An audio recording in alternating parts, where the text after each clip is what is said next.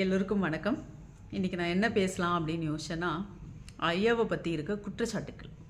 ஐயாவை பற்றி நான் இது வரைக்கும் கேட்ட நெகட்டிவ் கமெண்ட்ஸ், அதை என் புரிதல் எப்படி இருந்தது, அவங்க புரிதலில் அவங்க என்ன மிஸ் பண்ணாங்க, அவங்க என்ன மாற்றிக்கணும் அப்படின்றத நான் இதில் பேசலான்றது யோசித்தேன்.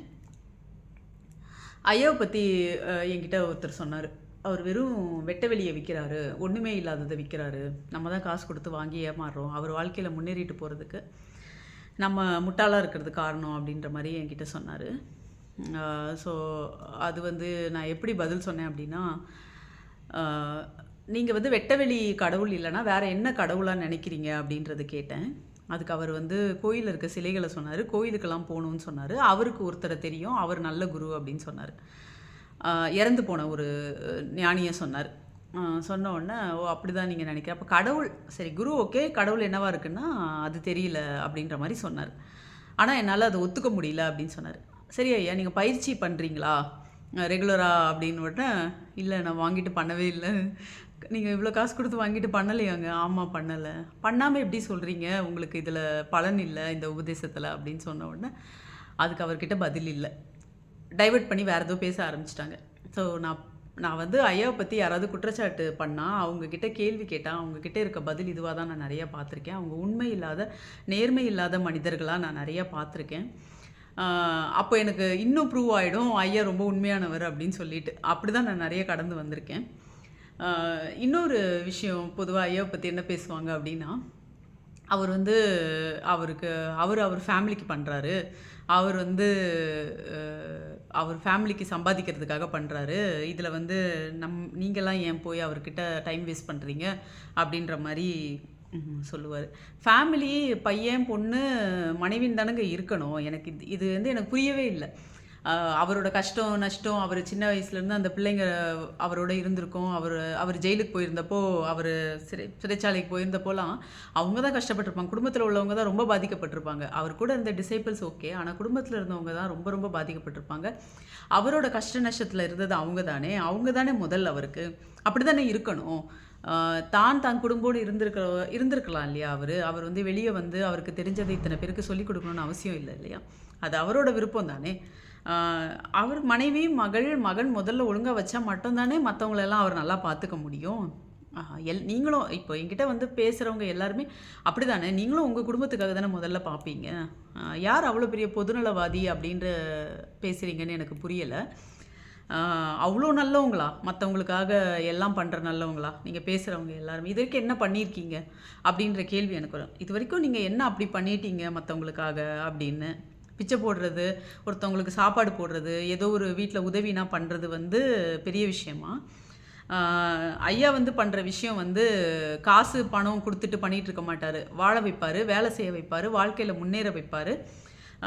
வாழ்க்கையில் வந்து கவலை இல்லாமல் ஒவ்வொரு நாளையும் ஸ்பெண்ட் பண்ணுறதுக்கான உத்திகளை மட்டும் தெரிஞ்சுக்கிட்டது மட்டும் இல்லாமல் எல்லாருக்கும் சொல்லி கொடுக்குறாரு. சந்தோஷமாக வாழ்ந்துருவோம், நோய் இல்லாமல் வாழ்ந்துருவோம். இவ்வளோ விஷயங்கள் அவர் பண்ணிக்கிட்டு இருக்காரு. பணம் கொடுக்கல, பணம் வந்து இவ்வளோ வாங்குறாருன்னு சொல்லிக்கிட்டு இருக்கீங்க. உபதேசம் வந்து பணம் இல்லாத ஒரு வழியும் இருக்குதானே, எல்லாருக்கும் போய் சேரணும்னு சொல்லிட்டு 50 நாள் வேலை திட்டம்னு ஒன்று கொடுத்து வேலை செய்ய வச்சு சோம்பேறிங்களுக்கு போய் சேரக்கூடாது, அதுக்குன்னு ஒரு வேல்யூ இருக்குது அப்படின்னு செட் பண்ணி, அந்த வேல்யூலாம் வர்த்துன்னு நினைக்கிறீங்களா அந்த உபதேசத்துக்கு? வாழ்க்கையில் போய் ஒரு நேரம் நம்ம வந்து ஒரு ஹாஸ்பிட்டல் போயிட்டு வந்தால் 3 லட்சம் செலவு பண்ணிடுறீங்க.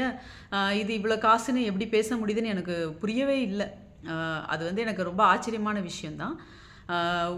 முக்கியமான ஒரு விஷயம் நான் என்ன பார்க்குறேன் அப்படின்னா, நம்ம குடும்பத்தில் ஒருத்தர் முன்னேறிட்டாங்க அப்படின்னா, அவங்க வந்து முன்னேறட்டும்னு நினைக்கிறதே கிடையாது. ஐயோ முன்னேறிட்டானேன்னு வைத்தறிச்சல் படுறது முதல்ல வந்து ஃபேமிலியில் உள்ளவங்களாக தான் நான் பார்க்குறேன்.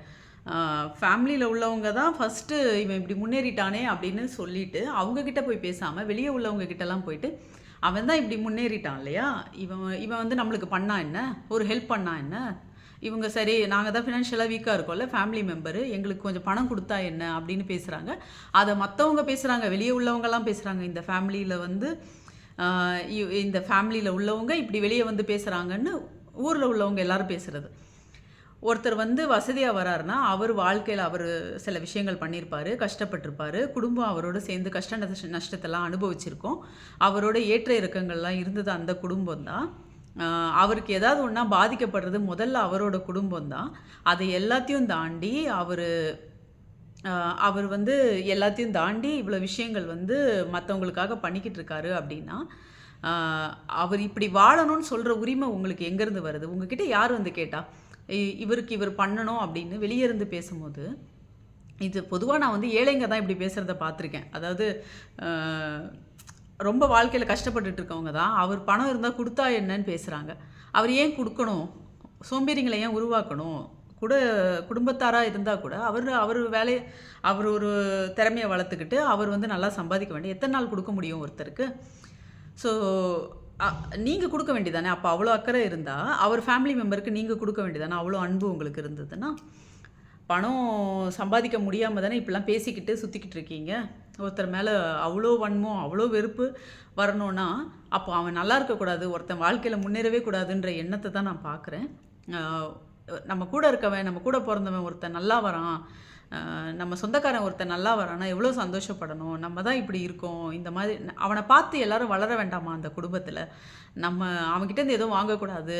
அவன மாரி நம்மளும் வரணும் அப்படின்ற அந்த ஊக்கம், அந்த சுறுசுறுப்பு, அந்த முன்னேற்றமா இருக்கிறதுக்கு என்ன பண்ணணும் அப்படின்ற எண்ணத்தெல்லாம் வளர்த்துக்கணும். அந்த திறமையெல்லாம் வளர்த்துக்கணும்னு ஏன் தோணல? எனக்கு இது ரொம்ப ஆச்சரியமா இருக்கு. அப்போ இன்னொருத்தவன் வந்து நல்லா இருக்கக்கூடாதுன்னு நெனைக்கிற நம்ம வந்து தன்னோட நிக்காம, சுத்தி இருக்கவங்க எல்லார்கிட்டயும் வேற அவங்க மனச எல்லாம் கெடுத்து, இந்த மாரி பண்றது வந்து எனக்கு அ இதெல்லாம் தண்டனைக்குரிய குற்றமா எனக்கு தெரியுது. ஒருத்தவங்கள பத்தி நம்ம வெளிய வந்து இந்த மாதிரி புரிதல் இல்லாம பேசுறது, சுயநலத்துக்காக மத்தவங்கள பேசுறது, தனக்கு இருக்க வெறுப்ப வந்து இன்னொருத்தவங்க சொன்னாங்கன்னு சொல்லி, அத வந்து வெளிய காட்டுறதெல்லாம் வந்துட்டு ரொம்ப தப்புங்க. அந்த மாரி பண்ணாதீங்க, மாத்திக்கோங்க. எதுவா இருந்தாலும், அதுவும் நீங்க உபதேசம் வாங்கிட்டீங்க, ஐயாவோட இருக்கீங்க அப்டின்னா, ஐயா கிட்டவே போய் எனக்கு இந்த மாரி தோணுது ஐயா, இன்னைக்கு இந்த மாரி உங்க மேல இப்டி தோணுது அப்டின்னு நீங்க நேரா சொன்னா கூட, ஒருத்தர் உங்கள அக்செப்ட் பண்ணிப்பாங்க. நீங்க சொல்றது நேர்மையா பேசுறத வந்து அக்செப்ட் பண்ணிப்பாங்கன்னா, ஐயாவா தான் இருக்க முடியும். அத நெறைய பேர் ஃபீல் பண்ணியிருப்பீங்க. நீங்க நல்லவங்களா மட்டும் காட்டிக்கணும்னு இல்ல ஐயாகிட்ட. உங்களுக்கு ஏற்படுற தவறான எண்ணங்கள கூட அவர்கிட்ட போயிட்டு நீங்க சரி பண்ணிக்கலாம். ஆ இது ஒரு பெரிய ஆப்பர்ச்சுனிட்டி. இந்த மாரி ஒரு குரு கிடைச்சிட்டு விடாதீங்க. உங்களோட மத்தவங்க சொல்றாங்க, அவங்க பேசுறாங்கன்னா, அவங்க கிட்ட நீங்க திரும்ப கேள்வி கேட்டீங்கன்னா, அவங்க ரொம்ப டேஞ்சரஸான பெர்சனா இருப்பாங்கங்க. அவங்களோட சேர்ந்து வாழ்க்கைய கெடுத்துக்காதீங்க. ஆ நல்லா வாழ்றதுக்காக தான் நான் இந்த மாரிலாம் நீங்க மாட்டிக்க கூடாது. குரு கிடைச்ச பிறகும் நான் அழுவ விட்டுறக்கூடாது அப்படின்றதுக்காக தான் நான் பேசுறேன்.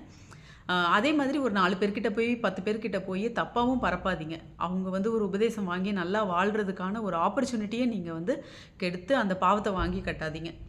ஒருத்தவங்க வந்து நீங்க இந்த மாரி தப்பான இன்ஃபர்மேஷன் சொல்லல அப்டின்னா, அவங்க வந்து ஏதோ ஒரு உடம்பு சரியில்லாம இருக்கும், குடும்பத்தில ஏதோ ஒரு உங்களால பண்ண முடியாதுங்க.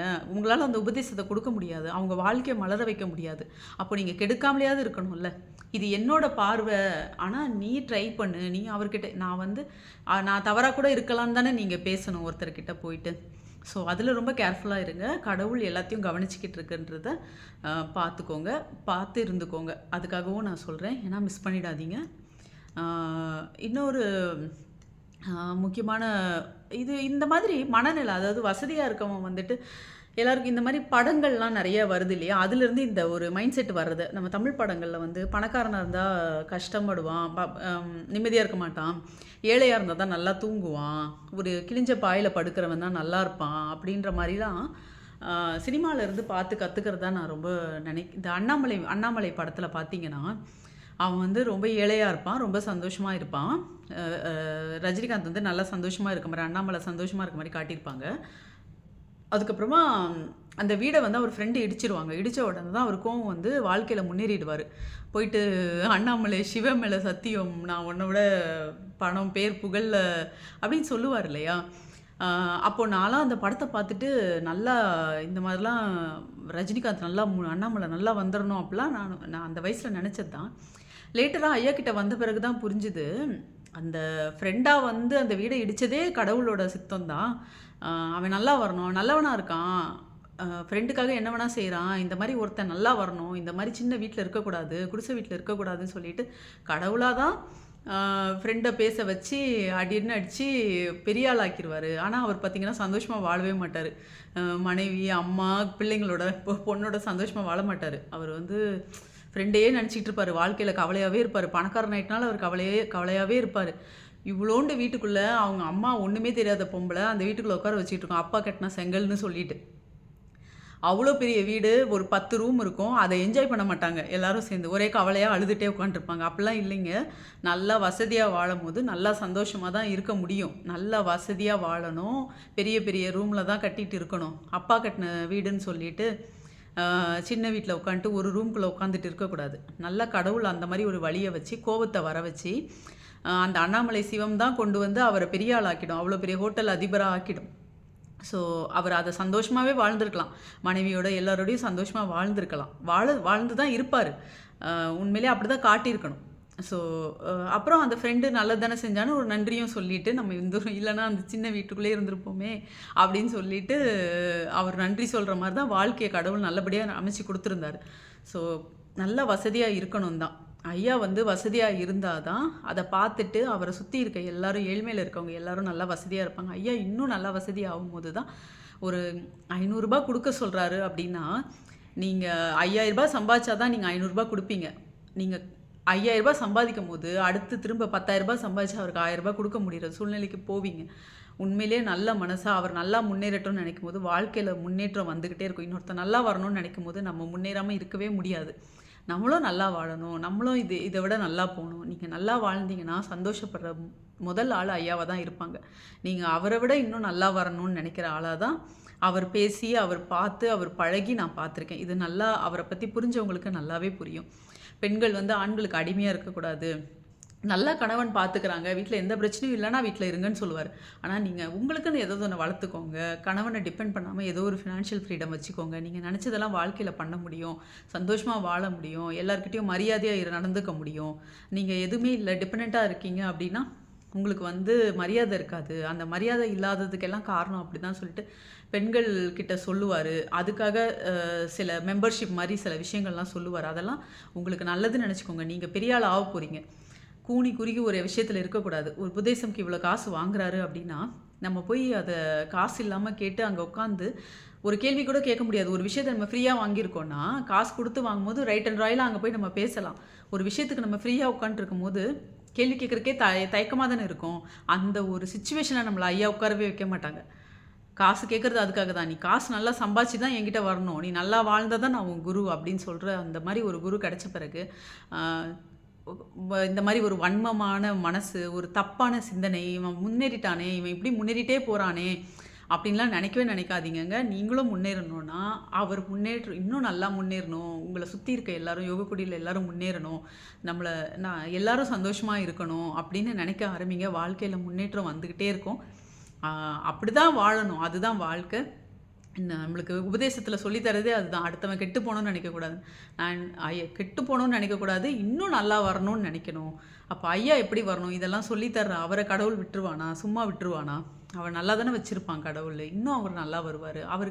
அவரோட அவரு அவரோட திறமைக்கு, அவரோட புரிதலுக்கெல்லாம் அவர் வந்து ரொம்ப அ நம்ம இந்த உபதேசம், இந்த விஷயங்கள் எல்லாம் கடவுளோட இதுல பண்றாரு. ரொம்ப கம்மிங்க. அவரோட முன்னேற்றத்த நம்ம எல்லாரும் தடங்கலா இருக்கோன்றதையும் புரிஞ்சுக்கோங்க. அவர் புரிதலுக்கு அவர் எங்கேயோ இருக்கணும். ஆனா, நம்ம எல்லாருக்காகவும் தான் இந்த மாரி விஷயங்கள்லாம் பண்ணிக்கிட்டு இருக்காருன்றதையும் புரிஞ்சுக்கோங்க. அதுக்கப்புறம் பெண்கள் பெண்கள வந்து அதாவது அவர்கிட்ட நெருங்க நெருங்க தான் தெரியும். அவர் பெண்கள ரொம்ப மதிக்கிறவரு. எல்லா பெண்களும் ஏன் அவர்கிட்ட பொதுவா ஒரு ஒரு ஸ்பிரிச்சுவல் பர்சன் அப்படின்னாலே அப்படியே பொம்பளைங்கிட்டேருந்து விலகி இருந்து நல்லவன் மாரி காட்டிப்பாங்க. ஆனா இவர் அப்படி கிடையாது. பெண்கள், ஆண்கள்னு அந்த பால் பாகுபாடே இவர்கிட்ட இருக்காது. எல்லார்கிட்டயும் சகஜமா இருப்பாரு. ஒரு மனித பிறவி, அது ஒரு உயிர் அப்படின்ற மாரி தான் அவர் எல்லார்கிட்டயும் நெருங்கி பழகுவாரு. ஸோ அத வந்து நெறைய பேரு தப்பா எடுத்துக்கிட்டு, இந்த மாரி அவர பத்தி தப்பா பேசுறது, இதுவும் நான் நெறையா பார்க்குறேன். அப்படி கிடையாதுங்க. அவர் ரொம்ப புனிதமானவரு. அவர்கிட்ட போக போக தான் அந்த விஷயங்கள்லாம் உங்களுக்கு புரியும். அந்த மாதிரி அவர தவறா நெனச்சு, உங்களுக்கு கிடைச்ச வாய்ப்ப வந்து நழுவ விட்டுறாதீங்க. நல்லா வாழ்றதுக்கான சந்தர்ப்பம் தான் ஐயா. அத கடவுள் குடுத்ததுக்கு நன்றி சொல்லுங்க. எல்லாரும் நல்லா முன்னேறணும்னு நெனைக்கிற ஐயா வந்து இன்னும் நல்லா முன்னேறணும்னு நெனச்சு, அவரோட பயணிங்க. அவர்கிட்ட என்ன தேவை? கடவுள் தேவை. அவர்கிட்ட என்ன தேவை? வாழ்க்கை எப்படி வாழணுன்ற கேள்விக்கு பதில் தேவை. அது மட்டும் தான் பார்க்கணும். அது கிடைக்குதான்னு பாருங்க. உங்கள பத்தியே அக்கறையா இருங்க. மத்தவங்க என்ன நெனைக்கிறாங்கன்னு சொல்லிட்டு, அவர பத்தி மத்தவங்க என்ன நெனைக்கிறாங்க அப்படின்ற அந்த கியூரியாசிட்டிய டெவலப் பண்ணவே வேண்டாம். மற்றவங்க எப்படி வேணா இருக்கலாம், நம்மளுக்கு ஐயா எப்படி, நம்ம குரூப்பாக சேர்ந்து பேசும்போதே தவறாக நம்ம மிஸ்கைட் ஆகிறதுக்கான வாய்ப்புகள் நிறைய இருக்குது. ஐயாவுக்கும் நம்மளுக்கும் மட்டும் தனியான உரையாடல்கள் தான், எல்லாமே தனியான புரிதல்கள் தான். நம்ம என்ன மாதிரி இன்னொருத்தவங்க புரிஞ்சுப்பாங்கன்றது கிடையவே கிடையாது. டோட்டலாக வேறு மாதிரி புரிஞ்சுப்பாங்க. ஸோ டிஸ்கஸ் பண்ணும்போது நிறைய கான்ஃப்ளிக்ட் வர வாய்ப்பு இருக்குது. அதனால் அதிலலாம் ரொம்ப கவனமாக இருந்து வாழ்க்கையை நல்லபடியாக எடுத்துகிட்டு போகிறதுக்கு வாழ்த்துக்கள். எல்லாம் நல்லா இருப்போம், சந்தோஷமாக இருப்போம். நன்றி.